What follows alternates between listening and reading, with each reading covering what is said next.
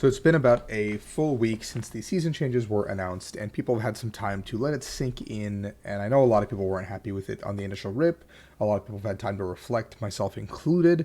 And the season has officially begun for the 2025 season. So if you are heading to your league challenges and league cups in the month of July and onwards, so as of today, you are able to earn championship points for the 2025 season. So good luck to all of you participating.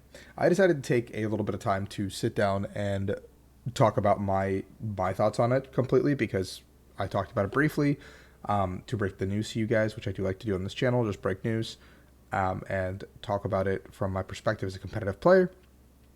But I understand it's kind of a privileged take because I do have a different perspective than a lot of people. So I wanted to talk about the changes today and rank them in a tier list, just where things should go, in my opinion. Was it a great change for the game? Was it a decent change? Was it a neutral change? Kind of a head-scratching question mark on a why, and then I just don't think this should have happened. So I'm going to start with the top X invite structure. I kind of put this in the should not have happened category because I think that I agree with having a more exclusive worlds, and I think Pokemon could have done this in a better way. I think having the higher CP bar, so like putting it at, let's say, 1,000 CP, for example, as opposed to 600, will naturally narrow down the field anyway. But on the flip side, it gives players something to compete for. Now, Top X is going to create this unhealthy culture of concessions at League Cups and end game tournaments basically affecting other people's standings. And you can't really root for the people you want to root for in the same way. Like, let's say you're going into NAIC at like 119th or something, and you have other friends who are in the same category. Like, I have to be like, hey man, I have to prey on your downfall so I can do well, which is just like a really crappy feeling for me, because I feel like Pokemon is a lot about camaraderie and lifting each other up, especially with a lot of the friendships I've made over the years. So it's very different when I'm like, oh, okay, I need 50 points and the other guy next to me needs 60 points. We're both trying to get to our mutual goals without pulling each other down, unless we play each other in the tournament, which is like a 1 in, I don't know, 2,500 chance, basically, unless we're at the same record continuously. So it's just one of those things where I think it breeds an unhealthy culture of competitive, like tearing each other down, versus a higher CP bar, which could have just been the same thing where like maybe only 125 players qualify anyway. So yeah, I think Instant Win and IC Top 4 is huge, because now this just takes from European SPEs to every SPE. And I know that some SPEs are smaller than others, but it does mean that, like, let's say that a couple players in South Africa end up winning their SPE down there, then it opens up 2 more invites for other South African players in their rankings. Let's say a player wins there's going to be a handful of US regionals. I think 4 have been put in the forefront, 4 US regionals. Those winners will immediately be pulled out of the rankings. So that's 4 more US invites, considering if US players do win them. And then for each IC, that's 12 players in theory if there's no overlap. Obviously, there's someone like Tord who overlaps quite frequently. That's 12 invites that are going to be basically given to these best players already, opening up more invites for your region. So at ICs, once you're no longer in the tournament, it benefits you to root for some of your best players to go ahead in top 4, because these people who are consistently earning these points, consistently soaking up these invites, are now going to be able to take them anyway. Travel lore update, I think, is great also, because I think, so I don't think the money really changes too much. Like, I think the money is the exact same for us in TCG. But the big thing is the prior registration. I think that's just huge. I think prior registration was something we wanted for quite a long time. So booster pack update, I think it's decent. I think it's a big start. I think it's something that people have been asking for. One thing I wanted was, in addition to that, a cash pricing update as well, a little bit, because of how much we're making. But I think the booster pack update is a huge one at the very least, because it's just a product that costs little to none from Pokemon's side to give out, basically. And adding that pricing makes it feel like about a fourth of the field can walk out with something. Even if it's 9 packs, it is something for a lot of these casual players that are coming for their first regional. Like, I looked at the numbers, and there was a huge chunk of players that only played 1 regional this entire season. And so that is kind of reflective in this. Cup BFL change is great. I think that 6 BFLs was a little bit too much. It created a unhealthy feeling of having to go to these locals pretty much all the time, and you didn't really have a choice whether or not.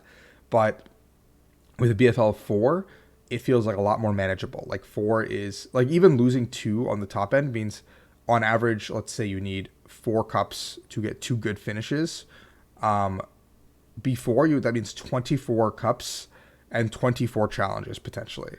Now, challenges can be held pretty much at any whim of any store. So challenges are easier to get to than cups, obviously. But imagine doing 24 cups on weekends across the board. I don't even think I got to that many cups. I think I did like 20. Maybe I did 24, actually. I don't know. But it's just a lot. Yeah.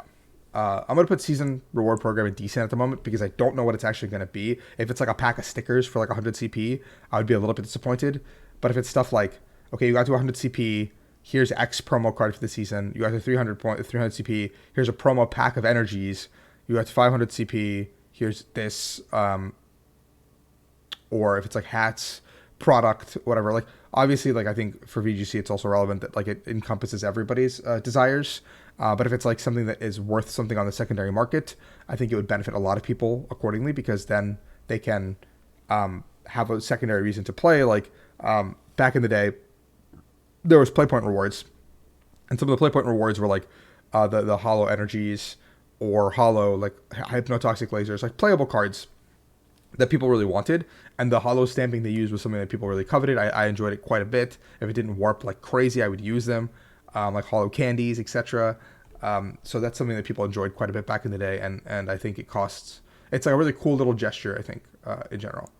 The Swiss structure, I'm very neutral, because I don't really know what to expect with less rounds, like how to proceed in a tournament, and like, it's just an interesting change given everything, right? Like 2 to 3 less Swiss rounds per tournament into a top cut means obviously we're spending less time in day 2 playing meaningless rounds, but that also means that you have less of a chance if you start poorly, especially in day 2. Like let's say you come into day 2 at X2 and you lose immediately round 1, you're pretty much 0% chance to make the ASIM cut. So I don't know really if that'll change. I think regionals and ICBFL change is pretty decent, just because the combination of the two makes it so that you don't have to attend all 3 ICs. Now, if you miss an IC, there's a pretty good chance that you can just go to another regional and make up those points. Whereas previously, those IC points were just infinite. So if you missed an IC, that IC points would just get tacked onto your overall. So in addition to players 6 BFL, they could get those 50 points from an IC or 80 points or like pity points, basically. So now you're like, let's just say someone gets a bare minimum of 50 at each IC. You're not competing against someone who has 150 extra points because they went to all 3 ICs and you didn't. Whereas now, let's just say they get to the same pity point numbers, you can very easily eclipse them on your own from a regionals finish to make up for that. I think IC locations and dates is great. I think this is amazing to have every single location at the beginning of the year. I think that should be done every single year because these ICs are definitely multi-year contracts at big venues. And for all we know, like I think Worlds is also probably like booked well in advance. Like there's a good chance that like they have venues for Worlds booked through like 2 years in advance because that's their biggest show. And ICs I think are similar where they have the full like a year in advance at least booked because it is a big show. They need to organize the staff. They need to organize the people for it. ICs are something that ICs and Worlds are something Pokemon cares about quite a bit. So them releasing the full dates is huge because now it's like, oh, okay, I know when New Orleans is. Let me see if I can have time off ahead of time for that. I know when Europe is going to be. Can I go ahead and take time off for London? Can I take time off for Sao Paulo? And people can put in those requests immediately now rather than having to wait till like, I don't know, April when they find out when NAIC is and it's like, cool, sick. Maybe I can't take time off now. Because not everyone has the same leeway or like exam schedule or work schedule, whatever. I think regional dates and locations, I'm neutral because this is about a similar amount of information that we got for previous years. Like last year at NAIC, they gave us the first, like I think 3 US regionals, I think through LAIC. I want to say like from NAIC to LAIC, they gave us all those events, which if you just add 1 more month, that's pretty much all they gave us on this. And it's a whole month after NAIC has concluded basically. And like, I'm pretty confident they have like their dates already locked in. So why are they waiting to give us the first half and then second half?